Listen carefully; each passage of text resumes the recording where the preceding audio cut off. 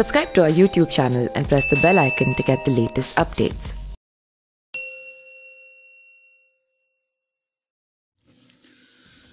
आने वाले 2-3 महीनों में उत्तर प्रदेश में 2022 विधानसभा चुनाव होने वाले हैं। इससे पहले तमाम राजनीतिक दल अपने अपने संगठन को मजबूत करने की कवायद में जुटे हैं। इसके लिए कई सियासी कदम भी उठाए जा रहे हैं। इसी कड़ी में खबर सामने आ रही है कि रघुराज प्रताप सिंह उर्फ राजा भैया भी भारतीय जनता पार्टी के साथ गठबंधन का चुनाव लड़ सकते हैं। इसे लेकर सियासी गलियारों में चर्चाएं भी तेज हो गई हैं। दरअसल 2022 विधानसभा चुनाव विपक्षी पार्टियों के लिए करो या मरो की स्थिति है। वहीं सत्ताधारी बीजेपी के लिए यह चुनाव बचा पाना भी अपने आप में एक बड़ी चुनौती के रूप में सामने दिख रहा है।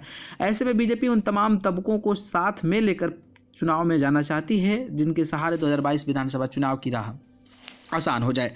बीजेपी से गठबंधन कर 10 सीटों पर लड़ेंगे राजा भैया। इसी क्रम में इस बार कुंडा से निर्दलीय विधायक रहने वाले राजा भैया की जनसत्ता दल लोकतांत्रिक पार्टी के साथ भारतीय जनता पार्टी गठबंधन कर सकती है। इस बात को लेकर सियासी गलियारों में अब चर्चाएं भी तेज हो गई है। सूत्रों की माने तो आने वाले दिनों में इसकी घोषणा की जाएगी, जिसके बाद 10 सीटों पर राजा भैया की पार्टी भारतीय जनता पार्टी के साथ गठबंधन कर चुनाव में जा सकती है। वहीं बात करें तो राजा भैया की किसी पार्टी से कोई वास्ता तो नहीं है, लेकिन वह पहले भाजपा और सपा सरकार में मंत्री भी रह चुके हैं।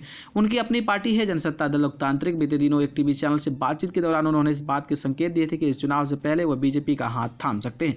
उन्होंने कहा था कि समान विचारधारा वाली पार्टियों के लिए विकल्प खुले हैं। राजा भैया ने कहा कि योगी सरकार की तारीफ करते हुए कहा था कि इस सरकार में कामकाज अच्छा हुआ है। ऐसे में कयास लगाए जा रहे हैं कि वह भाजपा के साथ चुनाव लड़ सकते हैं। विपक्ष ने खड़े किए सवाल। हालांकि भारतीय जनता पार्टी के राजा भैया की पार्टी के साथ गठबंधन कर चुनाव में जाने के सियासी पैतरे पर विपक्षी दल तमाम सवाल खड़े कर रहे हैं। विपक्षी दलों का साफ तौर पर कहना है कि अब बीजेपी किसी भी दल के साथ गठबंधन कर ले, लेकिन 2022 में उत्तर प्रदेश की जनता मूड बना चुकी है। ऐसे में देखना यह होगी कि 2022 विधानसभा चुनाव के परिणाम आखिर किस राजनीतिक दल को सत्ता तक पहुंचाते हैं या फिर राजनीतिक दलों के तमाम प्रयास नाकाफी साबित होते हैं। आपकी क्या राय है, कमेंट बॉक्स में बताइएगा। धन्यवाद।